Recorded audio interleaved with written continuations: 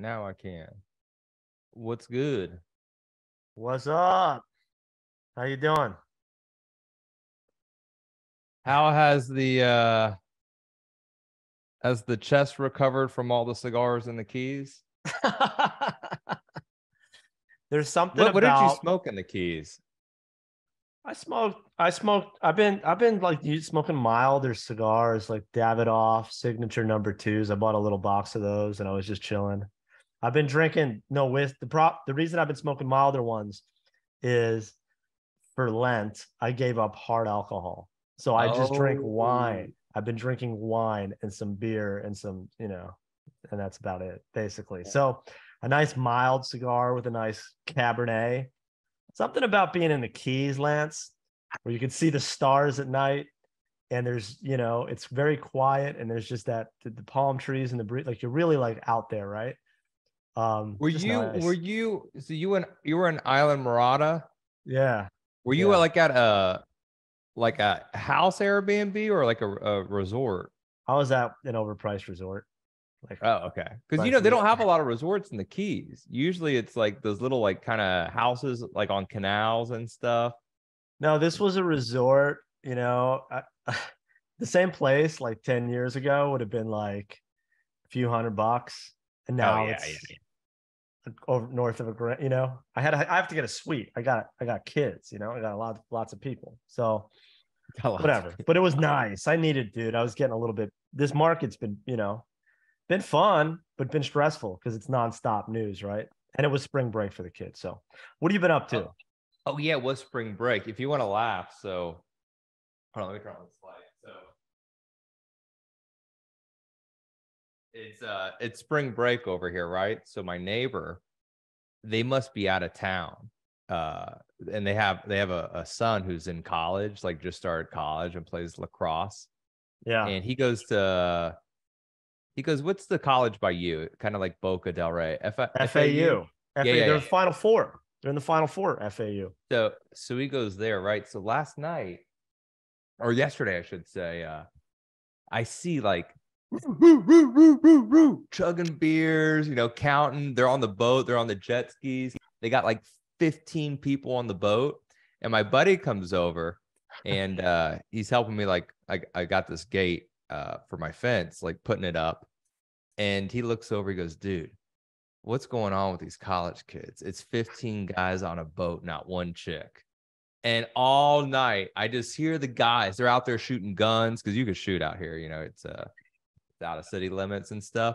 And it's just the college boys all night, like partying, drinking. So Miami Beach is a total shit show. Like people are getting shot. Like it's so bad, right? Like, they have like lost complete control of the city. And I live like 5 miles from Miami Beach. So it's a little bit out of, it's not really like, it's not where I live, but it's close enough. So like, anyways, they were like they were like dudes like boxing, like fighting each other on the beach. And I saw it on the local news and I looked at my wife and I go, when I was in college at Florida State, we were not interacting with other men at all. That's what my buddy said the same thing. He's like, what are the guys like? Are they all like, we would drive a car together to a location and then they'd be like, yo Jay-Z, I haven't seen you in 4 days. What's good? And I'd be like, it was good. How are you? Yeah, it was with the chick. You're picking up chicks. All these guys are on the boat and these little ass, bathing suits that barely even cover their thighs and stuff, these short, and I'm like thinking to myself, like, if I was a, I don't know, 20-year-old, 18-year-old, whatever they are, kid, like I would not want to be spending my whole day with these guys, like not one chick. And I was just baffled by it. Like it's a weird, I think that's, I honestly think it's nowadays, like this is kind of the new culture. It's TikTok. It's what TikTok's teaching our youth to do. The Chinese. It all goes back to TikTok. Just dude, ban it. You want to know something else? And we'll get to stocks. I mean, this is a little bit about stocks. Maybe we haven't talked in a while, so it's they can wait. There'll be stocks. Maybe we'll pull up like a boring real estate like ETF or something like that. But you know what the new thing is? being a landlord is like now being like a meanie. You know how like it's like, oh, you're a cop, you're a pig, like now being a landlord is TikTok, like dude. you're like the devil. Anti-capitalist.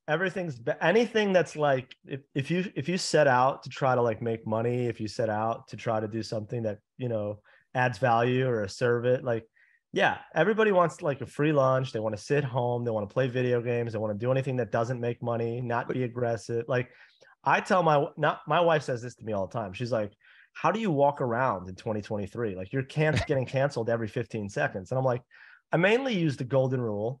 I tip the shit out of everyone I see. Yeah, like I you walk have into to. Publix and I'm $5 for people smiling at me. So I buy myself a little bit of leeway, but people in general are just like angry.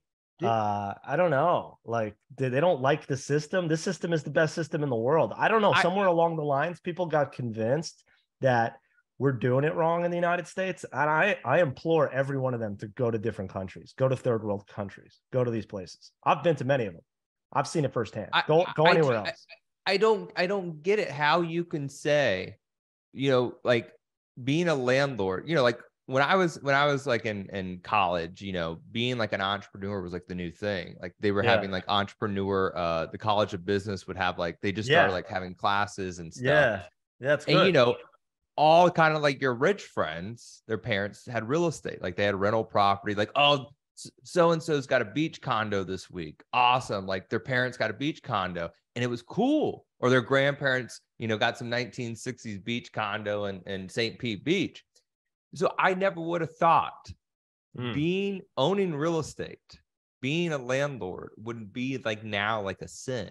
Like you're looked down, like you're looked as like a pig. Like I've got a friend who lives in New York City, and he's what you would call a slumlord. And him and his dad own, they're good. Like they're set, they're big time. Yeah. And they own a bunch of buildings in certain parts of Brooklyn, the Bronx, like the outer boroughs. And during COVID, they literally like bankrupted these guys, my buddy, because the communist state of New York and the city of New York wouldn't allow them to charge rent for a long time. They wouldn't allow them to raise rent. Wow. So they have loans, obviously, that they have to pay the bank. Yeah. But they couldn't get money to create the income they needed for their partners and for the bank that they own. It's a mess. We live in a mess of a country. So now we're looking at these banks, right? Dog's telling us he ran a set of duplexes and had to pay taxes, Jill. Yeah, you still have to pay property tax. You had to pay taxes. They don't get to. They say, oh, they raised my rent double. Well, you realize everything has gone up. And repairs. What if your AC breaks? You're spending a few grand there. Like so people are very impatient on our thread, right? They're like, get to the stocks. But if they're listening to this conversation, all this comes back to why banks are very risky.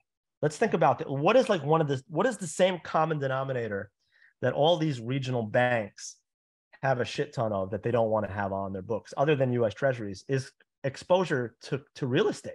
They have exposure to commercial real estate. They have exposure to places that have to charge tenants rent, businesses rent. And that's problematic. I don't know why you would have. Do we need 800 extra banks in the United States of America? No, we don't. Unregulated? I don't think we do.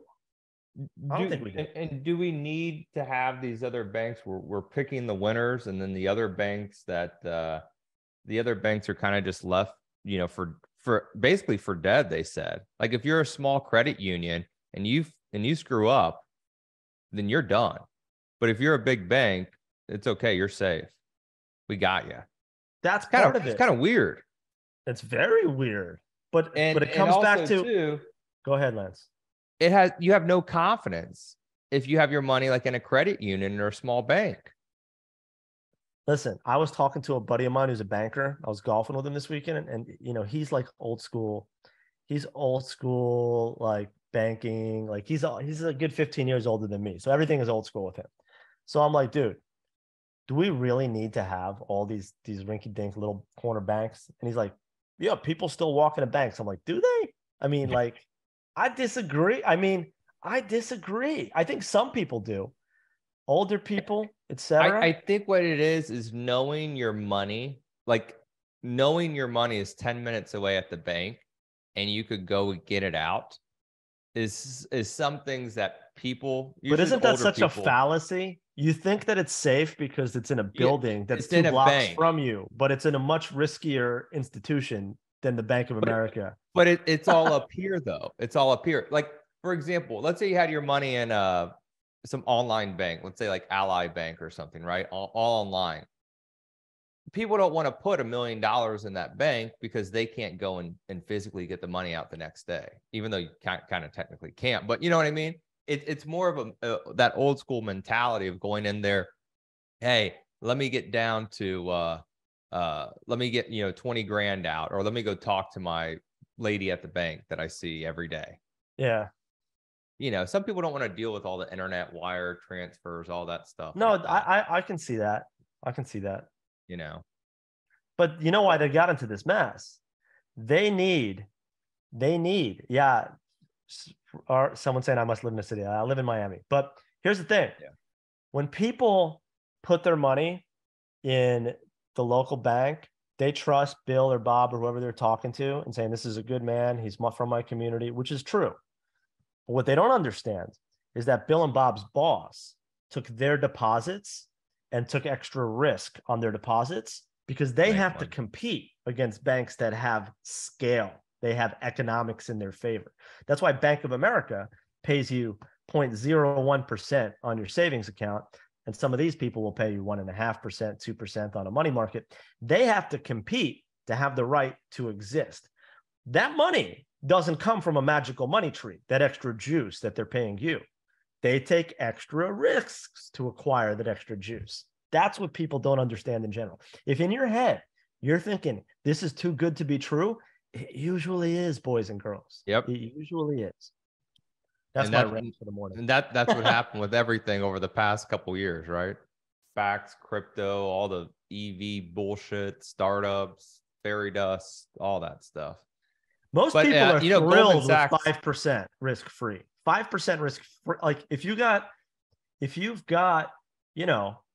let's say you have $1 million, right? And you're getting an extra 50 G's without any risk. No risk. No risk. It's like a side job for your child. Like that's paying like your kid's college tuition for the year. Paying your property taxes. That's a lot. Property taxes. That's like that's a decent chunk of money to get for zero risk, right? Yep. Then people get greedy and they're like, well, I wish it was 10% risk free because then I'm dealing with a hundo a year. I'm getting, that's what happened with the bullshit crypto lending, the Celsius and all that other stuff where they were saying you get 13%. You want to get 5%, there's money market accounts paying 5% or just near it out there. So there is. Someone might have some that he got going on, right now. My guy from RJ is like, hey, you got this cash sitting in retirement. What do you want to do with it? I'm like, put it in a money market. I'm getting like 4.6%. That's it. That's like, your answer. That's it. He's like, do you want to get 12% on a S&P Russell 2000 note where you get 25% protection? I'm like, hell no. No. Like, I'm risk-free basically at 5%. Like, yeah, you have a barbell mentality. So do I. I'm either risk-free or I'm full on risk. I don't play it in the middle. I'm either like playing cards or I'm not. I'm in or I'm out. Right. Like I have long-term stocks that I just hold. That's not true. So I do. Like all my shit is in like Tesla where I'm getting like 50% downside protection, freaking like 30% return. Yeah. If the stock doesn't go down 50%. And I'm like, they always offer it because Tesla is so volatile and stuff. And I'm like, I'm either going to lose it all or I'm going to make, a big chunk of money. But it's kind of the way I trade, right? Totally. So look at this. Like this is what you guys are staring at here is this morning's Wall Street investment geniuses. Let's just take something different. We don't have because we don't have any earnings this week. We don't have any earnings this week. So I'm like, what are we going to talk about other than banks and interest rates? We'll look at that too. But I like to look at this in the morning when I get them. Like that's one of the beauties of my Bloomberg. I get all these things. So market's up again today, right? Like Nazi's been ripping. Nazi's been ripping because low interest rates going to take us to the promised land. So what if a couple of your local banks blow up? We don't care. Party's back on. So now we're seeing Roku caught my eye, raised at Susquehanna. Where has Susquehanna been through Roku's entire penny? They're ripped. They've doubled in like this year. Where have they been to upgrade them then? Well, their probably price target last year was probably 300 and the stock $60. You should pull up their previous price targets and see how bad they are. Well, but I do love some of these names like KeyBank, $20 price target. Yeah. With the stock at 1186. Like they're so far behind these analysts. They're so bad. Right. It's comical. It's comical. It's really comical. Like there was no sells on Silicon Valley Bank literally the day they went bankrupt. There were 0 sells from Wall Street. Go to Roku. I'm curious. I want to see all these price targets that are like 200, 300, you know. All right. So we've got 75, 79, 80. So this is a list of what everybody has on Roku right now. And they're all upgrading it over the past month. Correct. But let's go back to where they were. Let's look at Shyam at Susquehanna, Shyam Patil that did their move today, right? Let's see what Shyam's been saying about this. So Shyam today is making it positive and making it a buy. So Shyam was neutral on this stock since July 2022. Neutral on this stock.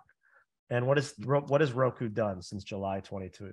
It went from about 90 to 60. 90 all the way down to 40. So you think she could hold a 50% price cut? That's what I'm saying. Like these people are always late to the game. They're late to the game. What else do we have on that email? Let's go back. You know what's wild though? Stocks are barely even moving on upgrades anymore. You know, like Roku's only up $2, $2.50 pre-market. Nobody because people like me are like, that might be like a very good short today. Let's look at Roku for a second. Hold on a second. Yeah, no one's really buying these. So I'm getting a little bit more bearish on the NASDAQ since this last move, because if we do have a full-on crisis, which I'm not sure we will, no one really knows, it's not going to be good for the general economy, right? To have banks really going out left and right. Well, and if we don't, rates are just going to go back up, right? The only reason why the market's bid today, like the Dow and S&P, is because of the damn FRC, First Republic Bank. And I know some of the banks caught a bid today, but they caught a bid. They caught a bid. They caught a bid last Tuesday and Tuesday, and then they took out their lows. So, but look at Abiba, like Tech TQQ, my favorite Ponzi flipper. Your favorite leveraged ETF. This is a good day to buy puts in this thing.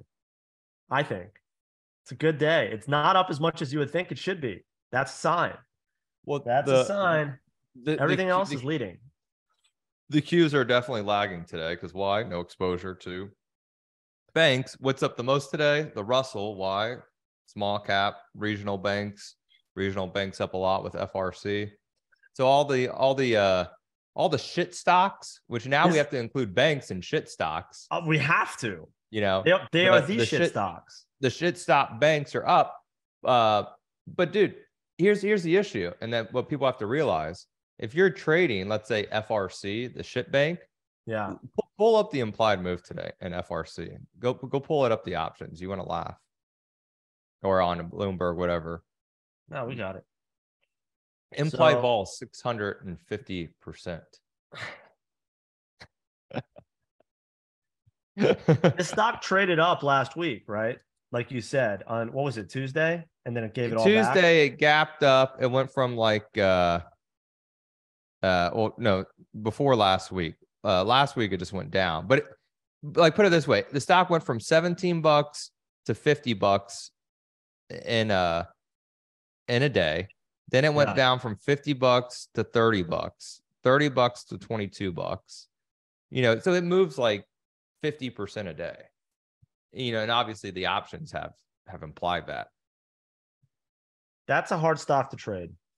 The other financials are not as centrally, like the other regional banks are better.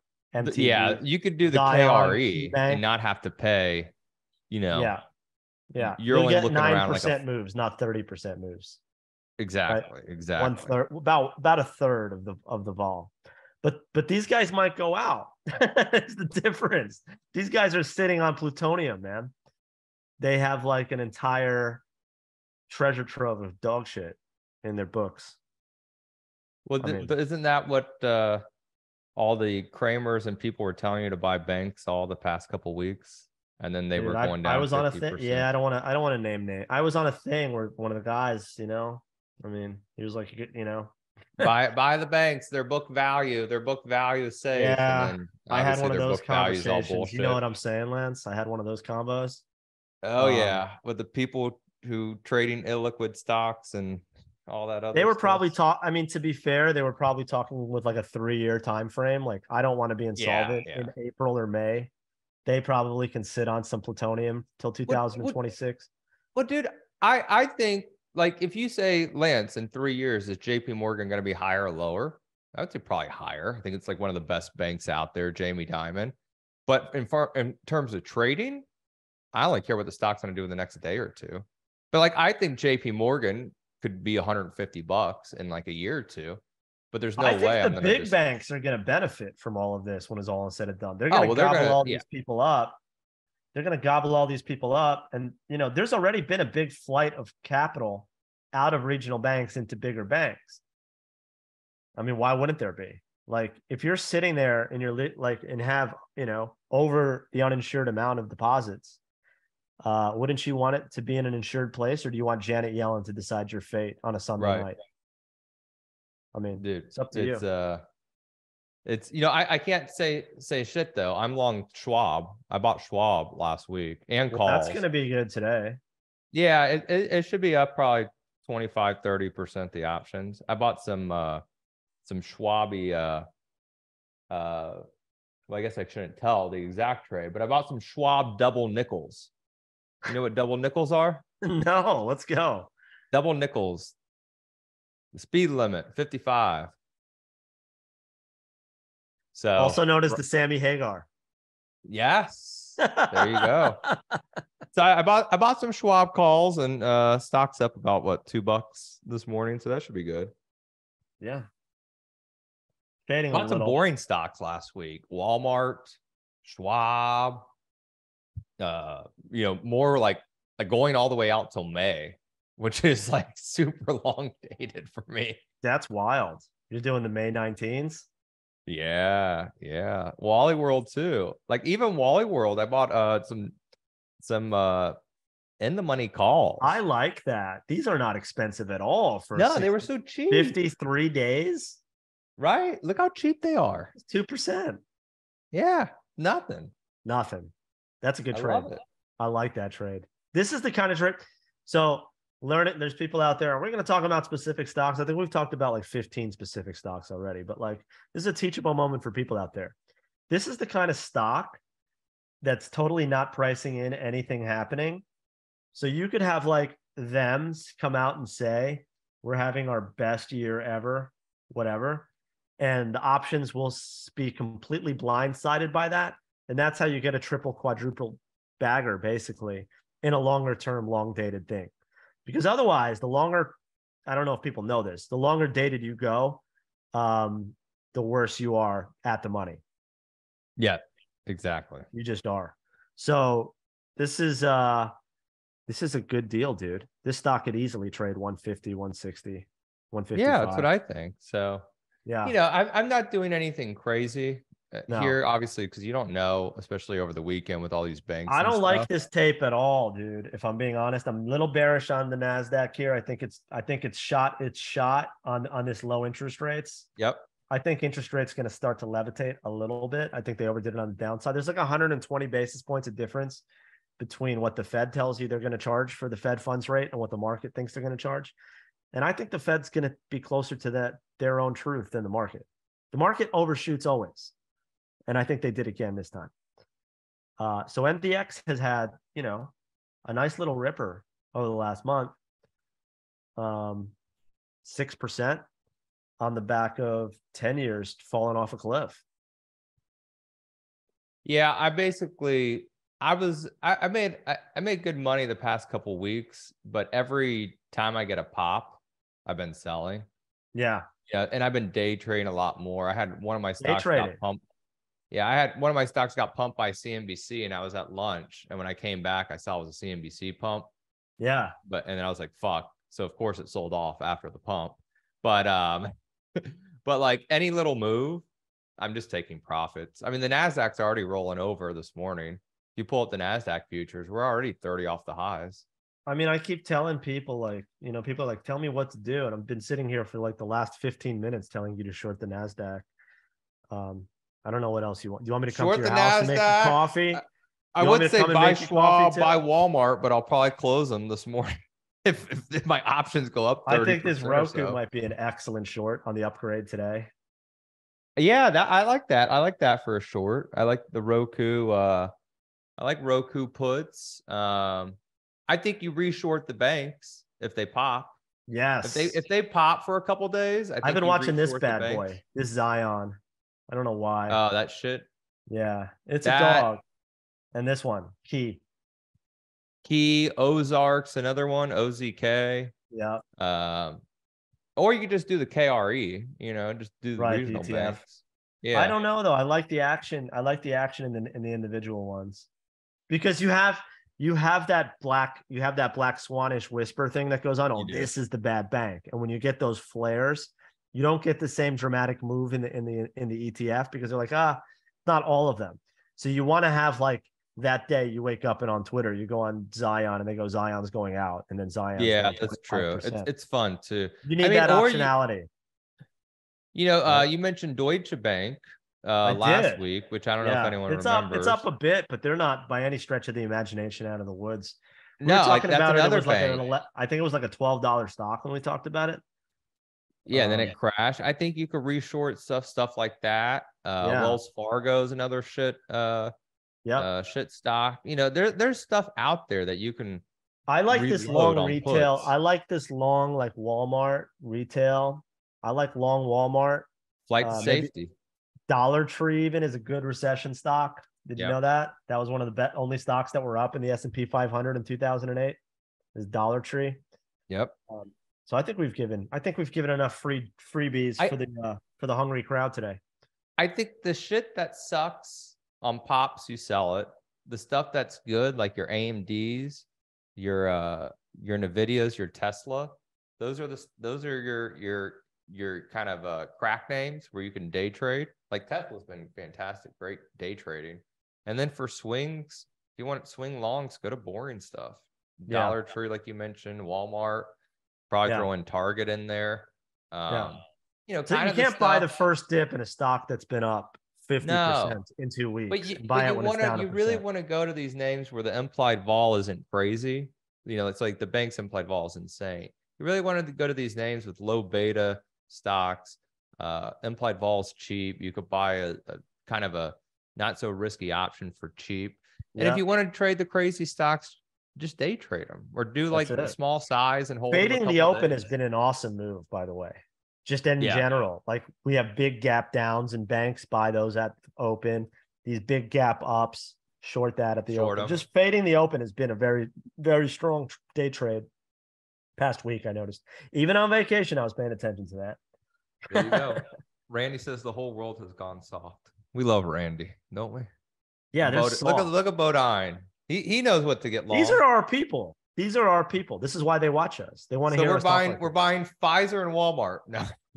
Buy the Cialis. You get a delayed release. It lasts all weekend. And in 36 hours, you're still good. You'll still be in a hot tub overlooking the Pacific Ocean with your love. It's beautiful. What a wonderful thing to do. All right, I gotta go. Market's about to open. Fade is going against the move, Elizabeth. So if the stock market's up, buy puts. If it's down, buy calls. Or go long if it's down, short if it's up. Fade is to be against the market. Love you all. Thank you guys for watching. Peace, Lance. Peace.